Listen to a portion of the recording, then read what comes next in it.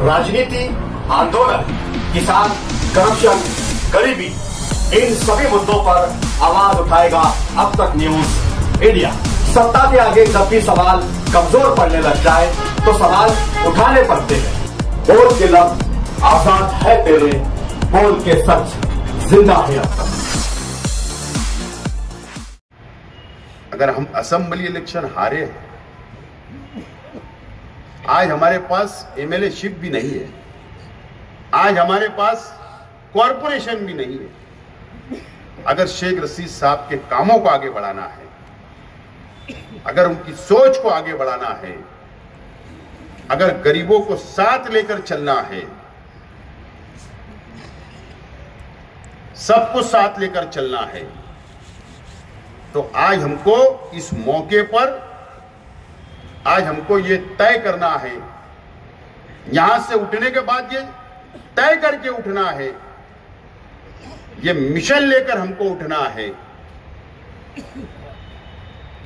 कि आने वाले म्युनिसिपल कॉरपोरेशन के इलेक्शन में दोबारा हमको कॉरपोरेशन पर हमारी पार्टी का मेयर और हमारा इक्तिदार लाना है। ये तय करके हमको उठना है, कोई बड़ी बात नहीं है।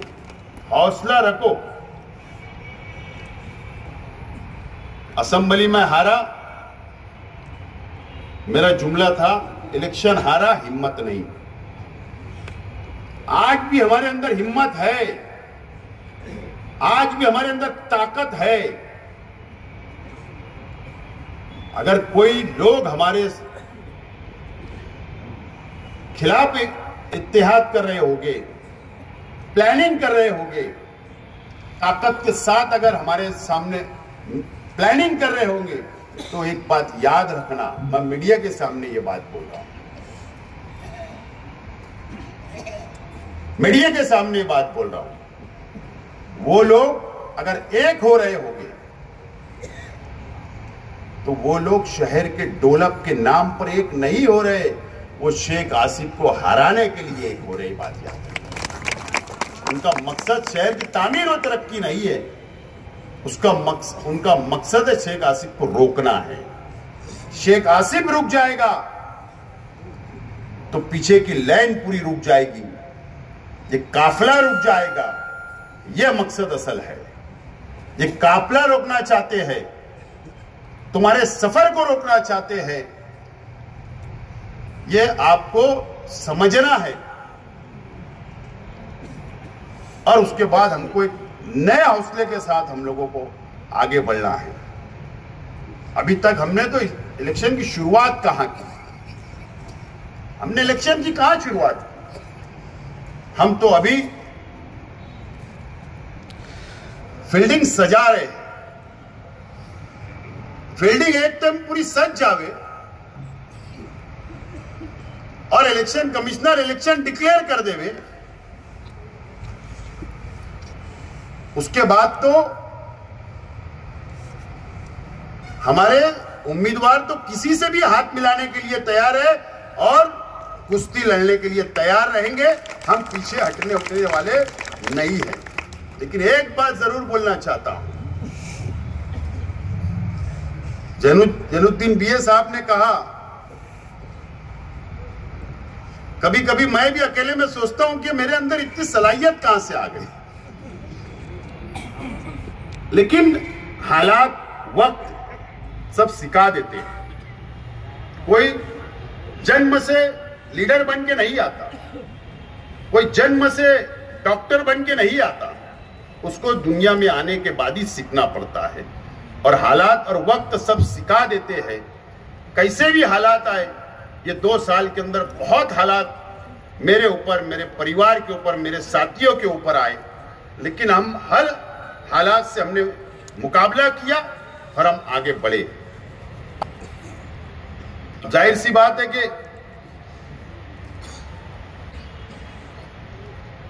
शेख रशीद साहब की सरपरस्ती में तैयार हुआ हूं, उन्होंने तैयार करके गए हैं और आज फील्ड सिर्फ मैं सजा रहा हूं। कॉरपोरेशन की इलेक्शन हाँ, ये बात का मैं इतराफ करता हूं कि मेरे साथियों को भी नहीं मालूम है 90% कि मैं ये इलेक्शन कैसे लड़ने वाला हूं। 90% नहीं पता है आप लोगों को भी। ये इलेक्शन ऐसा लड़ा जाएगा, शायद ये इसका कॉरपोरेशन का इलेक्शन इससे पहले कभी नहीं लड़ा गया। उस हिकमत अमली से सियासी तौर पर और हिकमत अमली से ये इलेक्शन को लड़ने की मेरी अपनी तैयारी है। वक्त वक्त पर आपको नजर आने लगेगा और शहर की आवाम को भी वक्त वक्त पर नजर आने लगेगा। तो साथियों, मैं आज आपसे ये अपील करता हूं, ये बहुत बड़ी लड़ाई है। ये शेख आसिफ अकेले नहीं लड़ सकता। ये लड़ाई जब तक आपका साथ नहीं होगा, जब आप तक आपका ताउन नहीं मिलेगा, आप मेरी मदद नहीं करोगे, आप कुर्बानी नहीं दोगे, वक्त की पार्टी को कुर्बानी नहीं दोगे, आपका सपोर्ट नहीं रहेगा, ये जंग मैं नहीं जीत सकता। मैं आज आपसे हाथ जोड़ के गुजारिश करता हूं। कई हमारे अपने साथी यहां बैठे, शेख रशीद साहब के चाहने वाले, मोहब्बत करने वाले, माफ करना अगर मेरी बात किसी को बुरी लगे, कि शेख रशीद साहब ने बहुत कुछ सबको दिया है। किसी को 1 मर्तबा कॉर्पोरेटर बनाया, किसी को 2 मर्तबा बनाया, किसी को 3 मर्तबा बनाया, किसी को अलग अलग ओहदों से नवाजा। किसको बड़ा करने के अंदर शेख रशीद साहब का थोड़ा तो हिस्सा होगा। कई लोगों को तैयार किया शेख रशीद साहब ने। एक यूनिवर्सिटी तैयार की, एक यूनिवर्सिटी शेख रशीद साहब ने तैयार करके गए। आज जो हम बैठे हैं,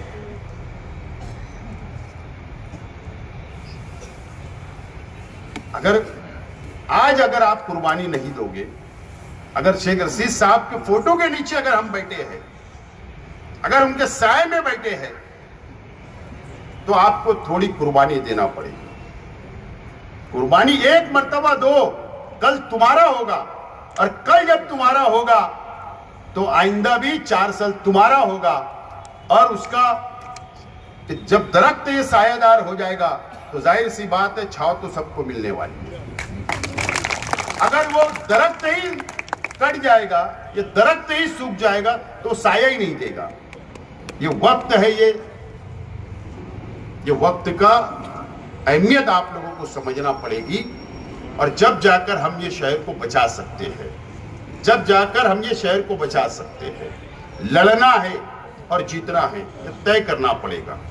आज सही मानों में इसके ऊपर मैं कोई जिक्र नहीं कर रहा हूं, क्योंकि अगर यहां ये किताब पर अगर सब जिक्र कर देते कि तो आप घर जाके क्या पढ़ोगे? आप पढ़िए, संजीदगी से पढ़िए, जरूर आपको इसके अंदर कुछ नजर आएगा।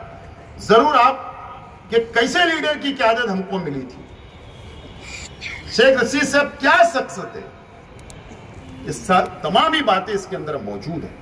मैं सिर्फ आखिरी में एक जिक्र करना चाहता हूं। ये पार्ट 1 है, यह पार्ट 1 है। इसके बाद 1 या 2 किताबें बुक और लिख लेगी। ये हमने बहुत घाई के अंदर तैयार की, और कई साथियों के पास बहुत मटेरियल है, बहुत यादें हैं तो इसमें नहीं आ पाई। तो तमाम ही साथी जमा करवाए शेख अब्दुल कादिर सोसाइटी के जिम्मेदारान के पास। इंशाल्लाह आइंदा उसके अंदर उसको शामिल किया जाएगा। पार्ट 2 भी हम लोग किताब देंगे, लेकिन हम वो किताब जरूर देंगे। मुझको आज मौका मिले ये बात का जिक्र करने का। मेरे बड़े अब्बा शेख रफीक साहब बैठे, मेरे परिवार के लोग बैठे। एनआरसी जब हुकूमत ने लगाई तो उस वक्त मुझको जब पता चला एनआरसी लगी, तो शीरपुर के पास से तुवर खेड़ा है, वहीं रहते नजमुद्दीन लोग, तुवर खेड़ा मेरे फूफा लगते, वो एनआरसी के पेपर ढूंढते वो डीप में गए, स्टडी की। जैसा इनको तो सबको पता था, लेकिन मुझको नहीं था। जब मुझको पता चला, ये बात बिल्कुल सच है क्यों इसलिए बोलना पड़ रहा है कि कई लोग बोलते पिलखोड़ बेचने का, अभी तक नहीं बेच पाए, लेकिन और एक आगे बता रहा हूं। बोला कई लोगों ने पिलखोड़ बेचने का, लेकिन बेच नहीं पाए, लेकिन आप उनको थोड़ा सफर और लंबा करना पड़ेगा। हम लोग असल में ललिंग के रहने वाले हैं। ये जो ललिंग है धुलिये के पास, इसमें जिक्र है, उस बात का जिक्र है।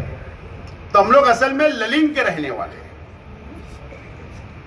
और ललिंग से पिलखोड़ आए थे, सिरुड़, हाँ सिरुड़ आए थे, ललिंग से सिरुड़ आए थे।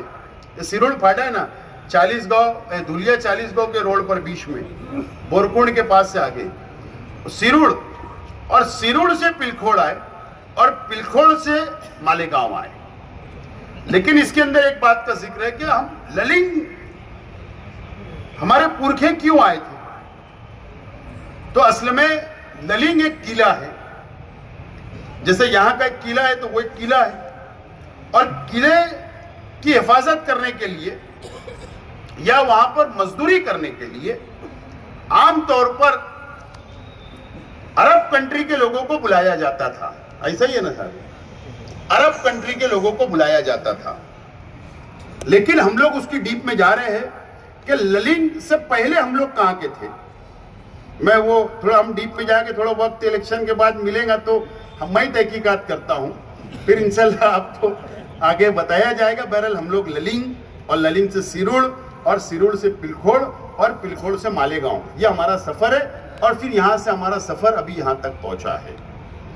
और अल्लाह का शुक्र अदा करता हूं कि अल्लाह ताला ने हमारे परिवार से, शेख रशीद साहब से, हमारे परिवार से अल्लाह ताला ने खिदमत की। आज तक अल्लाह ताला हमसे खिदमत ले रहा है। मैं दुआ करता हूं कि अल्लाह ताला इसी तरीके से हमारे परिवार से कौम की, मिल्लत की, गरीबों की खिदमत लेते रहे, और हम सब मिलकर शेख रशीद साहब की मग़फ़िरत के लिए दुआ करें।